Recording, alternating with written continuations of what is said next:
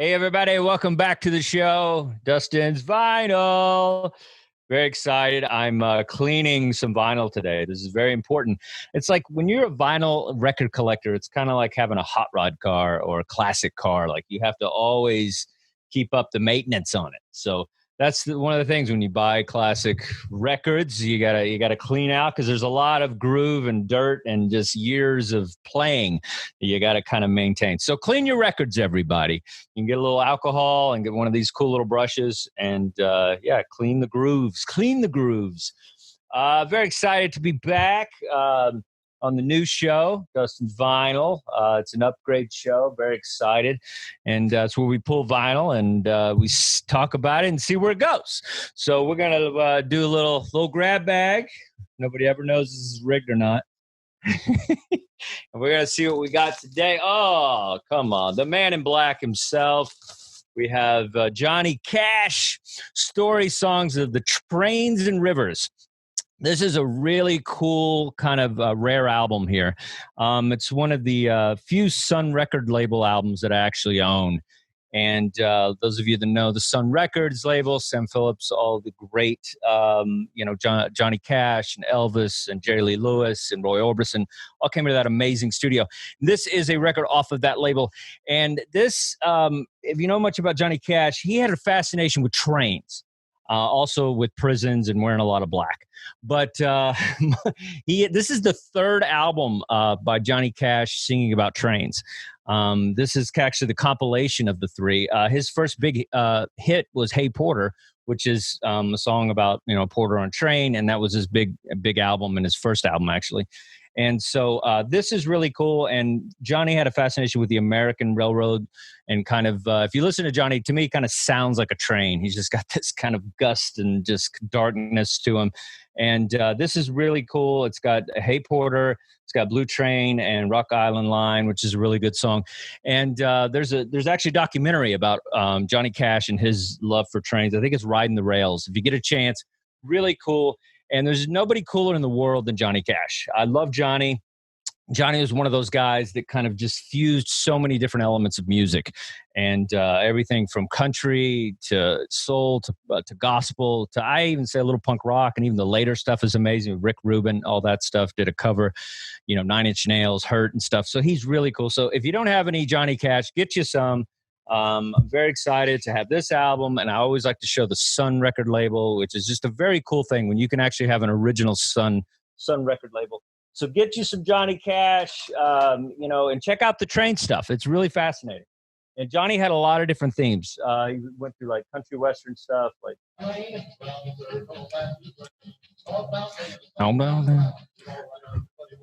Woo! Anybody? All right, everybody, get you some Johnny Cash. That's my grab pick of the day, and very excited to keep talking vinyl. All right, huh? How great was that? Got to open with Johnny Cash. You know what I mean? That's how you open a show. You know what I mean? Like that's the best way to open a show. I'm gonna bring in my featured friend, co-host, rock and roll, just trailblazing, cool dude, Mr. Jeffrey Paul. Everybody. Hello, Dustin. You like Johnny? You like a little Johnny Cash? Love Johnny Cash. When I was growing up, that was what my father used to listen to. Like I told you, my father he didn't like jokes. He wasn't a big movie guy. Okay. But he loved Johnny Cash. He loved country music, and he loved Johnny Cash. And that was what was always playing in the background, Johnny Cash. Yeah. Do you have a favorite Johnny Cash song? You have a couple? Give me three. Give me your top three. Or two. Give me two. I'm going to go Folsom Prison Blues. Awesome. Another train song. Yeah. It's about a train watching people. Train rolling. While he's in prison. While he's in prison, he's just watching people, that are having a better life than him, just in a train. That's what that whole song's about. And he's paying for killing that man in Reno. And what? That was great. And you alluded to some of his later work. And I think probably when you look at covers, the best cover I've ever heard, I argue this with people all the time. I think Hurt is the best cover I've ever heard.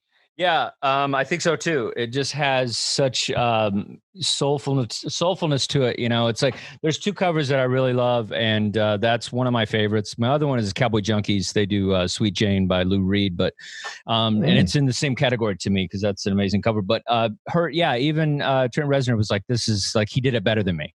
Like he even said it. He goes, he took this song to this soulful level that I didn't even think it had, and when I first recorded it. But yeah, that's what Johnny did, you know. And that late stuff is amazing. There's like 4 records off American Recording by Rick Rubin, and there's a whole bunch of covers and just kind of later stuff that Johnny like recorded at his home studio. And he, that's what I love about guys like that. That when they were towards the end, they really try to produce as much content as they could. And David Bowie was like that, and Johnny Cash, Glenn Freddie Campbell. Mercury. Yeah, Freddie Mercury. It's so cool when, it's like those guys, it's like a horrible time, they know the end is near and they really try to, get as much out. I'm so glad they did. But yeah, Johnny's like a wide, I've never met anybody that didn't like Johnny Cash. Like, even if you're like a punk rock guy or a straight, straight rock guy or full regular country guy, like there's going to be a song that you like. And he just, such cool styles too. Such a storyteller. Like Boy Named Sue is so fun. That's and a great just, one. Just really cool, different kind of music, man. I just felt like it kind of, I don't know, this kind of took country to another direction, which is, really interesting at the time. And at the time, what he was doing was phenomenal. Like, it was so edgy at the time. Everybody's like, what's this guy talking about killing a guy in Reno to watch him die? Like, what's happening? That's a great one. Yeah. And it's like, and the fact that he recorded it in prison, like how punk rock is that? Like, he's just like a live recording, first guy ever live recording in a prison. It's like it's San Quentin. Like, that's so rock and roll to me. I mean, I don't get more rock and roll than that. And that's before anybody was doing anything close to that. So cool. Yeah, he was authentic. He wasn't doing it for show. He was the real article, this guy. You once said something to me that I think bodes well, the same as what Johnny Cash did, especially with Hurt. You once told me about the way of telling jokes, connecting with what you're saying. Sometimes you see comics just kind of do things on autopilot and reciting jokes. It almost sounds rehearsed, but connecting with every word you said. Yeah. And yeah, to me, absolutely. it made a big difference in my stand-up. But when you hear Johnny Cash and when he's singing Hurt, and it's not his words, but the take and the spin he puts on it and the arrangement of it. I mean, you believe that, and it's better than the original, I think. Absolutely. I mean, it's it's important to feel what you say, and I think that's kind of what I was kind of getting at is like feel what you say. And the thing is with Johnny Cash, he never really went to prison. He never really did a lot of these things. He never killed anybody, all this stuff. But it's like, but you think he did because he feels it when he sings it. And that's the thing is just like he has such a way of encompassing and kind of feeling the song. And, it's like, it just feels like everything he's saying is his life and it happened. And, it's like, it's definitely a soul that, very, very few musicians have, it's just a quality that he has for sure. The other guy who comes to mind about that is the guy who's on your desk over there is Sinatra. Sinatra would do the same. Yeah. Sinatra's he would do great. The same thing when he sings a song like Night and Day, and he's talking about the differences, the juxtaposition between night and day. He's really the way he sings that song is that he's not singing it, he's telling you a story. I think it's, those dude, two I make a parallel to. Oh, absolutely. And My Way, forget it, dude. I mean, that's one of my great favorite songs, because it's just like, the story behind that. What's the story? The story is he was going to retire.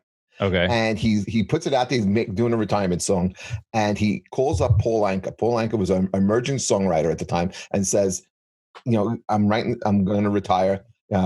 Write something to me. He put this out to a few songwriters. Paul Anka and Sinatra are both performing in Florida, and Sinatra calls him and says, "Hey, after your show, meet me at this restaurant." He goes in the back of the restaurant. Sinatra's there with a woman, and Paul Anka had the song, and he gives him a tape of the song. A couple of weeks later, he calls him up and says, "This is what I did with it." How much do you think Paul Anka charged him for the song? How much? Nothing. Nice. He made no money off of it. He didn't get nothing. He gave him the song that was like his present, his going away present from Paul Anka to Sinatra. That's amazing. Yeah, that's such a great song. I talk about covers. I love the Sid Vicious cover as well. It's a great cover. Yeah. It's so badass. That's when I started getting into the Sex Pistols, and I think that scene in Sid and Nancy where he's like singing it. But yeah, it's like, I mean, that's the thing is Sinatra, Johnny Cash, these guys, they'll never see men like that again. These were like these real kind of made it their own 100%. path. Like they were non-traditional. They didn't look like they should have looked for the time. They just found a way to be talented, but at the same time, just kind of bust through these industries. Like, and it's like, that's what's cool about guys like Sinatra and Cash. They definitely just, made their own path and just like kept moving forward and doing all kinds of cool stuff. So very fun. Yeah. They had real confidence. More than confidence, man. Just kind of like an energy and a aura about them. You know what I mean? They owned a room. Guys like that, it's like I don't know, you just kind of wanted to hear what they had to say or see what kind of art they were going to. I don't know, just something about those guys. There's nobody like them. The reason why I say confidence, because I think everything starts with confidence. Without confidence, I don't think you can take chances, risks, be creative. Maybe. I mean, what about Woody Allen? Some guys don't have confidence. I don't know. I don't think Larry David has an insecurity that makes him a genius. Like I see what you're saying, but there's also, I think there's two sides to it. I don't think you have to be confident about everything. I just think you have to be ultra talented. The talent is the most important. And then I think everything else is, I hear what you're saying, but I'm saying some guys don't have confidence and they're talented. Okay, that's a point. Now I'm losing confidence in this argument. No, we can disagree. We can find a common ground. Well, what's the featured album of the week? Come on, Jeff. What do you got for us? Here's the featured album of the week. Okay. Yes. Well, in the spirit of Halloween, and if anyone observed my shirt, yes, we're going to be nice. Perfect. We are going to be talking this week about the Rocky Horror Picture Show soundtrack, 1975. Look at 1975 version. Look, there you go. This is an original picture disc. Like, isn't that great? This is one of my prized possessions. It's worth a lot of money. Great one. If I'm going to use one word to describe this album, I'm going to say campy. If I'm going to use two words to describe this album, I'm going to say catchy. If I'm going to use three words, I'm going to say fun. Campy, catchy, fun. That's what I think of this album. It is glam rock. It is rock and roll. This album it's released in 1978. It went to number 49 on the Billboard charts. What I like about it is all but two songs are around 3 minutes. Okay. They're all kind of short songs. So if you don't like something, you move on, and the next one you're going to love. That's what I love about a lot of early music sometimes. It's like short songs. Nobody makes short, like the Ramones, short songs. And then it's like, short boom, songs. Get to the short next songs song. or power chords. Yeah, right. So where do we start with this album? Do we want to talk chronological order? Do we want to talk about best songs? Let's talk about some of the best songs off the album. Okay, and let's do 1, 2, 3, 4, 5. Let's do our top 5 songs off this album. Okay. And going in number, and I don't know, I know you know the album. So if I'm going to go with number 5, my number 5 song off this album, I really like I'm Going Home. And I'm Going Home, it has some great playing on the piano on this one. But not only that, it's one of the few songs with a real nice little slide guitar. And this is Frank making his exit. The whole album, but this song in particular is very theatrical and has a nice use of the chorus in joining him with singing I'm Going Home. Yeah, that's a great song. Yeah. So that would be my number. Go ahead. 5 song. Yeah. Go ahead. I'll let you do your top 5 and then I'll jump in. Go ahead. Okay. Number 4. You would think it would have been a little bit higher, but it's not. I'm going to go Hot Patootie, Bless My Soul. This is Meatloaf. This is pre Bat Out of Hell days. He's singing in a higher range, but you can clearly tell it's Meatloaf. This song is grandiose. It is big. And what really stands out in this song is the use of the sax. I mean, it is real 60s style rock and roll. I love this song. It's great. On Hang in There, Teddy Bear, that tour, Meatloaf opened his concerts with this song and with a clip in the background, and he cannot sing it anymore. You can't even get close. I saw that tour. It was brutal. I'm going to switch something around here. I'm going to go number 3 favorite song off this is Time Warp, which is probably the most famous song. And really, the song is just dance instructions. It's really a whole bunch of dance instructions. It was kind of the Macarena of its time. It's the Macarena of its time. But what's great is the guy who created Rocky Horror, who sings in it, Richard O'Brien. Yeah. Such an underrated rock voice. Holy smoke! Yeah, man. He really has a great voice. He could really, really sing. There's a part like when you're under sedation, like that growl in his voice is, man, it's really as good as any rock singer would sing a lyric. I watched the video because when you do this, you go down these wormholes. Sure, absolutely. And I watched the video of Richard O'Brien just with the guitar playing all these songs acoustically, and it still sounded sick, amazing. My number 2 favorite song is Sweet Transvestite. Great song. Yeah. It is. It's a great song. I think this is the performance in the song and in the movie that pretty much made Tim Curry a star. It's a good upbeat rock song. But what we were just talking about, confidence. It's his confidence in singing the song. Swag, confidence. Yeah, absolutely. Swag, confidence. All those adjectives are exactly what makes him such a great performer. And just how he ends it, with the that little run on. So come up to the lab, and bang, and it's just so. It just oozes of confidence. I think it's such a great performance. I love this.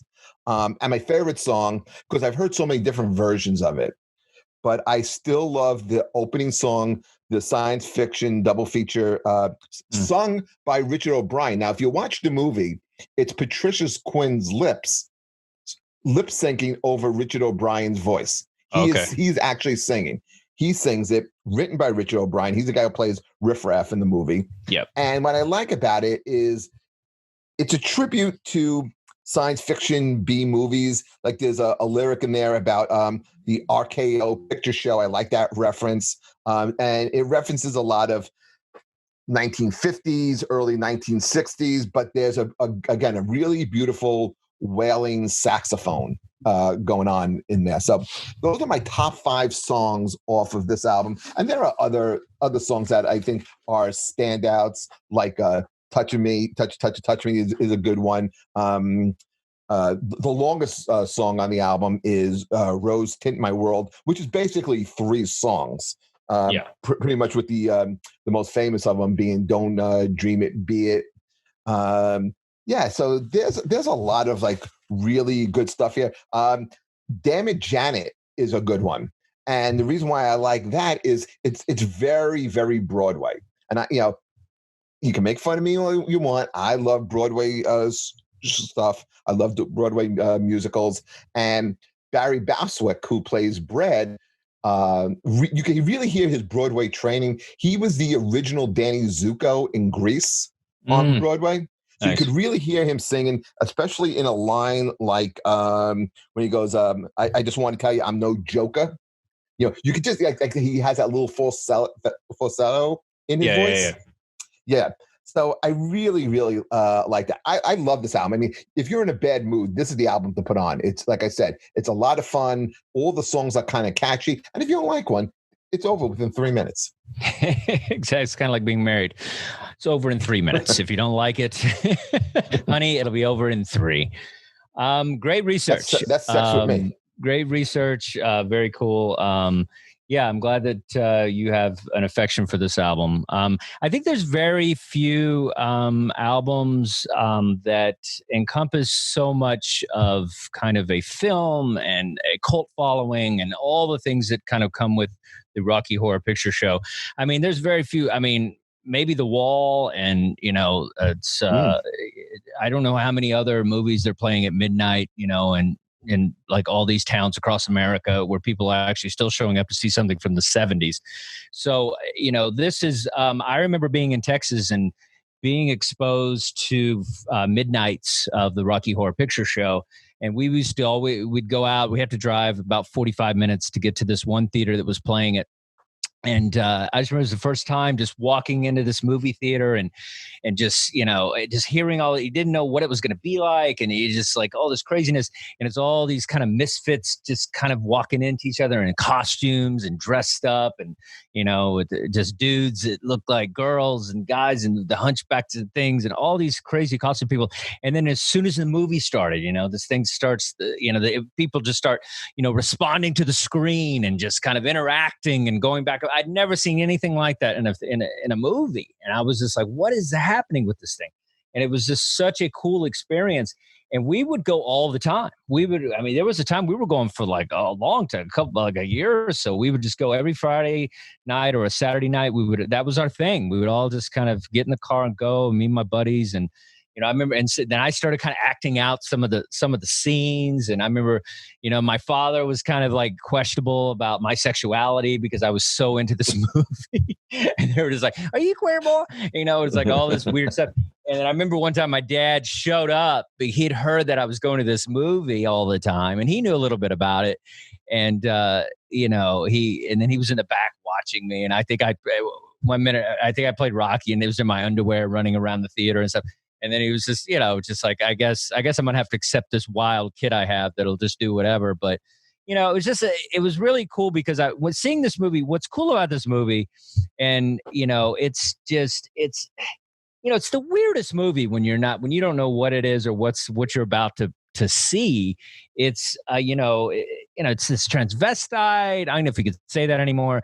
And he's wearing this dude. He's wearing lipstick, the thing, and all these things are happening. It's got this Frankenstein kind of structure to it, and then so that's how it's easy to follow because you're like, okay, he's a mad scientist. He's making a dude or whatever. And so it's just that's what I like about music is it breaks down kind of that thing that it isn't, you don't care about sexuality, you don't care about kind of things that you might get wrapped up in if you're kind of in a narrow-minded world, and music kind of breaks through that. And I think this ridiculous movie, and I love the fact that Richard Bryan did it in Denton, Texas, and all this stuff, and it's just it's just such a cool thing, when you're watching. I watched it last night actually, and it was so cool. And it took me right back to the theater, because the songs, like when Meatloaf comes in for Eddie, it's so cool. Like it's just this moment in the movie that doesn't make sense, and he's there, and he's like, and it's just like he's dressed so punk rock and cool. And this music was a big part of my life for a little bit in high school and stuff. And it was kind of those years where I was trying to find music and explore different things than the crap they were playing on the radio. And this was one of those experiences, and as soon as I saw the movie, I went out and got the album. And, went out and started kind of like getting into it more for just the music end of it. And man, it's just, it holds up. It has, like you said, it has so many different genres of music in it. Or it has like a traditional Broadway kind of sound, but it also has, and I love his voice too. The songs that you liked are kind of my favorite as well. And the opening song is phenomenal. Like that's the range that he has. Yeah, that's a guy. Because I was trying to look at the stuff that he had done, and he'd done a few other things, but I feel like he was underused. This guy was very 100%. talented. He wrote this whole thing, man. And it's like I feel like we missed an opportunity with Richard O'Brien. I mean, this guy should have been doing like 5 or 6 musicals. Like I don't understand why this is the only thing that he's really done that people know of. But you know, and Barry Bostwick was it? I think he did that show with Michael J. Fox, wasn't he? I think he was one of the actors. Oh, in I that. think you're right. Yeah. Yeah. Spin City. Spin City. Yeah, he was like the mayor. He played the mayor. Yeah. Right. And, Right. and I love that song. And it was it's just there's never been an album or a production of something that is it's been more fun in my opinion. The fact that did you ever go to some of the live screenings and with the interaction and stuff? Did you ever see any of that? This is where my Staten Island upbringing comes in, and no, I never did. I never did. It took me a long time to get into this. I didn't get into this until probably my college years. Okay, but high school. No, and then even then, I was still way more into metal. So it took me a little while to really discover it. But once I did, when you look at this is real punk rock, I think. Oh, and absolutely. Also, know who we've been talking about this for a few minutes here. We never even mentioned that Susan Sarandon sings in this. Yeah, a young Susan Sarandon. She looks amazing in it too. Amazing, is right. Yeah. So, she has a pretty good voice. Like I was watching it last night, I was like, her voice is pretty good. Like it's, she's another one I think underused. Like she should have been maybe singing a little more. But yeah, it's it brought out a lot of talent. Tim Curry is just he owns this thing in the film, and it's just he comes out like he's Alice Cooper or something. Like that scene, he's just so rock and roll. and then when you this is the transition, he's in garter belt and a thing, and you're like, what's going on? And then the next scene, he's like wearing like a Chanel dress, and you're like, what?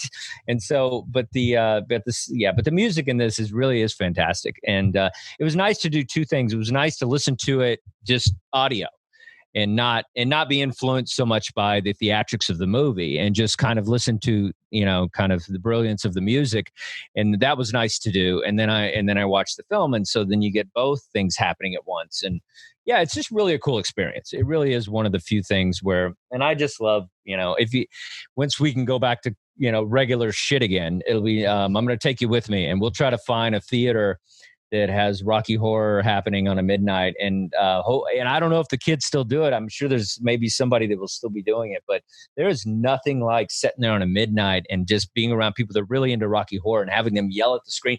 And it's not just yelling at the screen. Like there was an album that came out called the Rocky Horror Picture Show, the Participation album. And they teach you how to kind of insert lines during the movie. So there's people that have listened to all this Rocky Horror Participation album stuff. And so they know exactly when to place, for example, when he goes Antissa, and then of course everybody goes Consta, and then Patient. And it's just, I didn't know they said Consta. I just thought they said say it. That's what I thought it's called say it, but what it is it teaches people when to drop the lines. But at that part, I thought they just say it. I thought they yell say it. I didn't know they said they Consta. I didn't know that. Yeah, no, there's different, but there's an interaction. So people dropping lines throughout the movie. So it's just really cool to kind of just the fact that it's so kind of interactive is really cool. Yeah, but that album is teaching people how to kind of interact with the film. And we kind of learned it on our own, but then there would be somebody be like, dude, you just listen to the album. We learned it by just coming here. There was always somebody like, yeah, whatever, man. It's like we don't need to buy the album. We'll just figure it out as we keep coming. But yeah, man, it's definitely cool music. And I love the broadness of it. And I love that, somebody like you who grew up in a machismo, whatever, and, all that crap same thing in Texas. And then the fact that we can kind of let that go and kind of experience something that is kind of out of our realm, and it's in some sense, and then, still appreciate kind of the music of it and how rock and roll and cool it is. I mean, that's a testament of something that's, true art, where it can kind of break you out of your shell and give it a chance, And this reminds me also, I remember I got into Hedwig and the Angry Inch. I've seen it. Yeah. Which is very similar. Yeah. I think without Rocky Horror, you don't have Hedwig and the Angry Inch. No, you don't have any of that stuff. Well, and then without David Bowie, you don't have this stuff. There's there's certain, there's a lot of Bowie influence. Oh yeah. Absolutely. You definitely see that. Who else was in this? The guy who played Blofeld in James, he's James Bond villain. He's in the okay. movie. He's the inspector. Yeah, yeah, he's great. Yeah, with no neck. Yeah, he's fantastic. It's just so weird. It's such a. I know they made this on a shoestring budget. I looked at it very closely. I didn't write it down, but I know it was made for. I'm almost positive it was made under $100,000. It was made at under $100,000, and God knows how many millions it has grossed. Yeah, yeah. I mean, that's why I don't feel sorry for Richard O'Brien, because at least you got the writing royalties and all that stuff. So at first I was like, this guy didn't work anymore. This guy's a genius. Then I'm like, he made a lot of money off this. But yeah, it's that's what I like about it too. That it's like punk rock, like you said. It's kind of like this thing that they took a chance on this, and I guess they did stage versions of it, and it became popular, and then that's how they were able to convince people to make the movie, because of how popular the stage version was. But yeah, it's definitely a very cool movie, and and the time warp is fun, and that's the thing is when you're in the movie theater, we all get up and do the time warp. Like you get out of your movie seat, we're all doing the time warp. Like it's just this thing is just has so many memories attached to fun, because and you explained it well. Good. Campy, fun, all that. That's it has all those things to it, and yeah, you just let loose. That's what this album did for me, and it really made me want to come to New York. Because it was like this feels very New York, even though it's not, in the city or anything. It just the theatrics of it reminded me of kind of art that was happening in places like New York, and that's where it was very popular, the stage version and stuff. So, but yeah, this is definitely a fun time, man. It's got. Do you know why it's considered the new Rocky Horror? What? It's no music, but people kind of like now participate and yell stuff. Have you ever seen the movie The Room? Yeah, I saw. Well, the movie was great, the one that Franco did and stuff. But yeah, I've watched the videos and stuff. But that's definitely, it's just a very similar vibe. Yeah, absolutely. I mean, it's such a bad. I was obsessed by this movie. I mean, Dustin, I can't begin to tell you how many times I watched The Room. I think that was a little different because I think there's actually some real talent in this, where that one's kind of. Oh, yeah. Not that there's not talent. I mean, it's debatable. There's no talent in The Room. Yeah. Stop. Well, there is nothing. But what's great? The lighting's good. The lighting's good. Like, yeah, the guy who did the lighting, he was good. Yes. You got to find a silver lining in bad things. But I love that about that. I love, I've never seen The Room in a midnight thing. I'd like to actually. It seems like it'd be a lot of fun. Well, what they do, when things come back, every now and then, like about once, twice a year, Tommy Wiseau will come down and they'll do it. Like, what's that place on Bowery? What the movie theater on Bowery? Oh, I don't know. Bowery I Theater. think it just closed too. Shit. Yeah, but it'll be either someplace there or the IFC. They'll have like they'll that's do what like they a do screening. with this. Yeah, wherever they have this, they probably have something like that. Yeah, yeah, probably. And he comes in like you watch the movie and he answers questions and signs autographs and shit. Yeah. For this past Father's Day, my son got me a cameo with the guy from The Room. So, yeah. I think I saw. That's so funny. Yeah. So I mean, that's how crazy I was with The Room. I mean, I loved it. Loved how bad it was. I like that about you. No, that's a good thing, and it's like that's one thing I like about this movie. It just definitely encompasses all that, kind of interaction and fun, and you can appreciate art on different levels, because there's art that's like perfect and like Queen or something, where it's just like the music is great and everything is perfect, and then there's art that's really good, but then it has other elements to it, that you can find funny things in it, so and just interesting kind of I don't know, theatrics. But this is definitely a fun album, and I'm proud of this. This is my picture disc. I love the picture discs. Picture discs. The picture disc. They have like it's just so cool when they print the image on the album. So, but that's first edition. This came all the way from Texas. I've had this a while. It's like a limited edition, and it's got a number on it and everything. So this is see how long COVID lasts. I might have to sell it for groceries. No. Don't do that.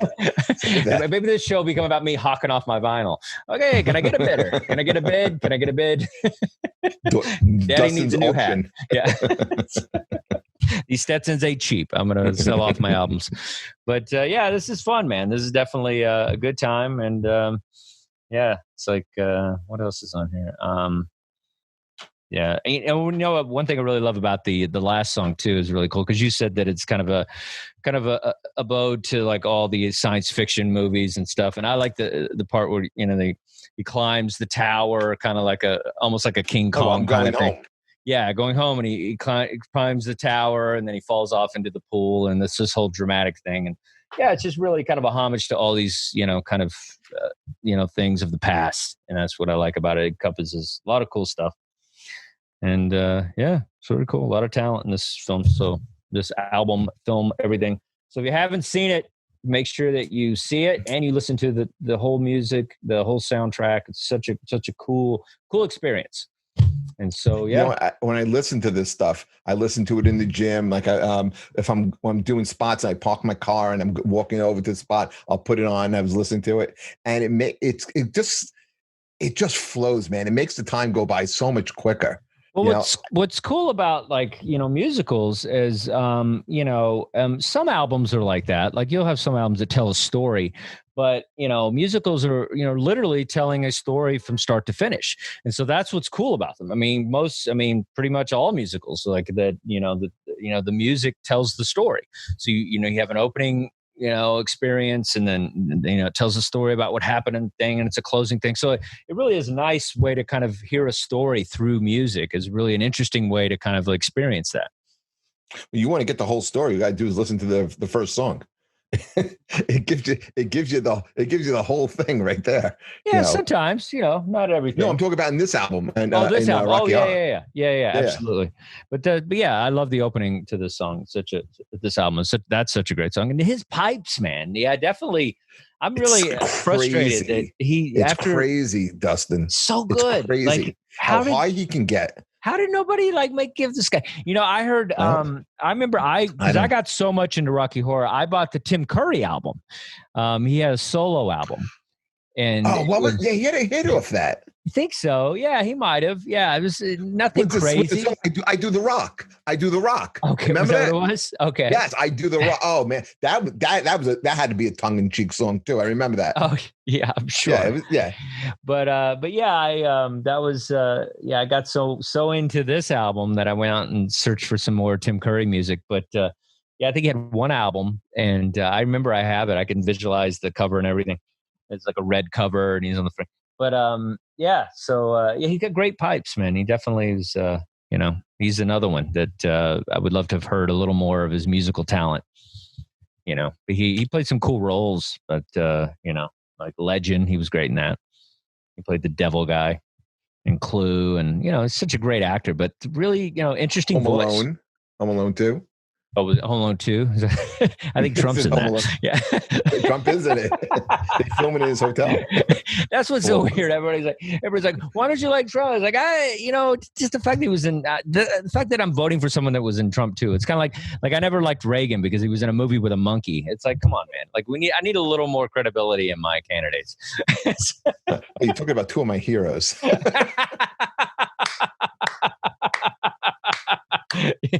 Yeah, we'll see. All right. Two of your heroes. Shut up.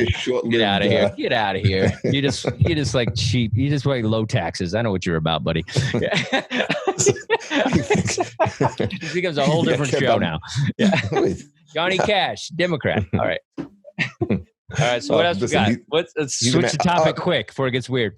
All right. Yeah. New music. What do you got? Talk to me, buddy. Well, this is kind of new. It's released already, and it's something I would like to maybe talk about next week. Okay, a little clue into that. But there's a new band. You know, we've been talking. You know, this is our third show. We've been talking about some older stuff, but brand new, just came out this past month. A new album by the Struts. Struts. Talk to me. No, I don't know the Struts. Struts are Educate me. great. Okay, They are cool. great. We're going to hold off on them because maybe we'll do that for next week.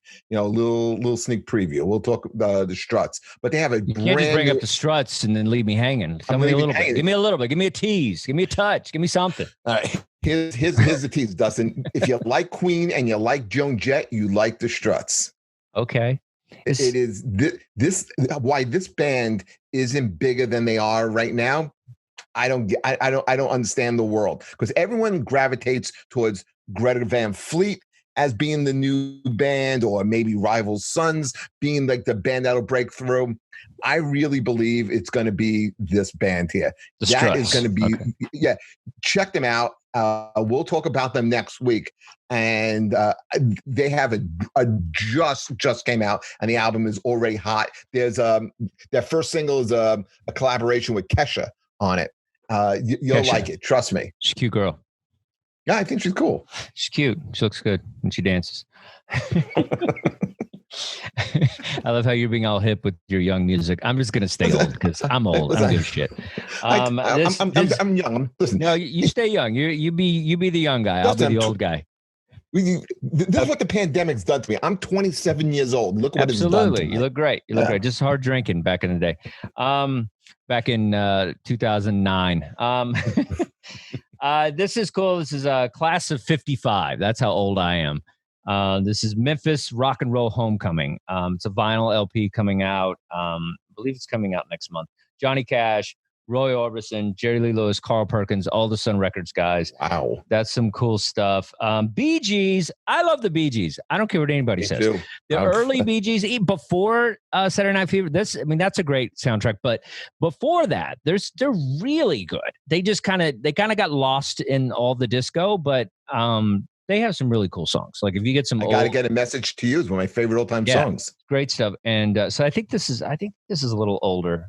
Children of the World and Bee Gees Main Course, I think, is one of the ones coming out. But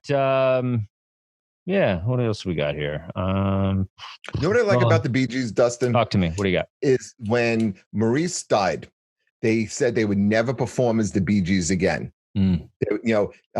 Barry and Robin would perform sometimes, as the Brothers Gibb, but they used their name, but they never performed another show as just the Bee Gees. Oh, that's pretty cool. And I met Barry Gibb once, and he couldn't have been nicer and more of a gentleman. And I was, there's very few people I would be in awe of. He was one of them. Nice. I always hate when people tell me that I feel like it's always like, this guy was a nice guy. Do you have any stories where we met a celebrity and was like not a nice person? I want to hear those stories. Jack Nicholson. He was a dick. we had a Knicks game and they're playing the Lakers. Like, what happened? Where was that at? No, I did production for about 19 years. Oh, you did. You've had a very interesting life. Yes. And what happened? An interesting life. And I was. We were at the old Roseland. Roseland isn't there anymore. I've been there. Yeah. And there was a party. There was a pre-Grammy party there, and what's his name? Nicholson was there. And the same night, that was like Madonna was there, and Anthony Kiedis, and all these really cool people. And now it's the end of the night, and we got to start getting people out. Okay. And Nicholson is still there, and I just said, "Hey, excuse me," and he wouldn't even acknowledge me, look at me, wouldn't nothing. Just like I was a piece of shit, just really super rude, man. It was like, it was like about, it had to be about 5 o'clock in the morning. And, closing time here in New York is 4 o'clock, and you got to get people out. Yeah. And he's still there. Still won't leave. And he was just completely just rude. Would just sit there and just wouldn't acknowledge you. And he's inside, and it's so fucking pompous. He's wearing those dumb dark glasses, and you can't say what you really think because you don't want to lose your job. Well, here's the thing: you were pumping up that word confidence. That's what happens when you take confidence to the extreme level. You become Jack Nicholson. Because that's what the ultimate confidence is. Because he just thinks it's this godlike, syndrome. People treat him that way. So he knows he's Jack Nicholson. He doesn't have to do anything. The worst, I remember being one time, Gotham Comedy Club. I was working there. I was kind of like, I was an intern. I was just like, scrubbing toilets, whatever I had to do to get stage time. And I remember there was a comic, and her sister was married to Prince, like right when Prince first got married. Wow. And so she was a comic, and her sister was married to Prince. It was this whole thing. And so one night, freaking Prince comes in to the old Gotham, which was on like 22nd or something, and the small club. And so Prince comes in, and everybody's just like, "Oh my, it's Prince!" And so it's like everybody's scattering, trying to make everything happen for Prince. And he comes in, and like he sits in. They give him the whole section, and it's like all security and the thing and everything, and whatever you want, Prince. Whatever you want, drinks and food. And, so they really like loaded up. And I remember, Prince leaves, and all the waitresses were so angry because he didn't leave a penny. Like, it was just Does like, he have people that do that for him though? Huh? Does he have people that might do that for him? I don't know. I mean, they could have. I mean, if so, then they should do their job. But nobody did it. Like he should. Usually those people are with him. I mean, those people should have known better. But anyway, it was a thing, and it kind of broke my heart a little bit because I love Prince. I still love Prince. I don't give a shit. But it was just this funny moment where you're just like, it's like, we were all excited, and then it was just like, yeah, he didn't tip though, and so. All the waitresses, they thought they were going to make like $3,000 that night, and it was just like, nope. So I don't know. Really, no one got in touch with the party or the. I mean, what are you going to do? You going to hound Prince? Come on. Yes. No, you don't. You know why you don't? You know why you don't? Because the club listen to me. Because the club made page 6 next day in the paper, and then the exposure of Prince being at your club generates business. So the owner doesn't give a shit. It's more about the poor little waitress. But it's like, because that's what happens. And that's why these guys act the way they do, because they know that if they're there, it's free press for the place that they're in. And they know that it's, and that's why sometimes they act this way, because, they can do whatever they want. But, be nice to people, even when you're ultra famous and talented. It's like, even if you've been in a bunch of stuff, just be nice and tip your wait staff. Yeah, I'm nice to everybody. I tip my waitresses. Very cool. All right, this is a fun show. I'm excited. And the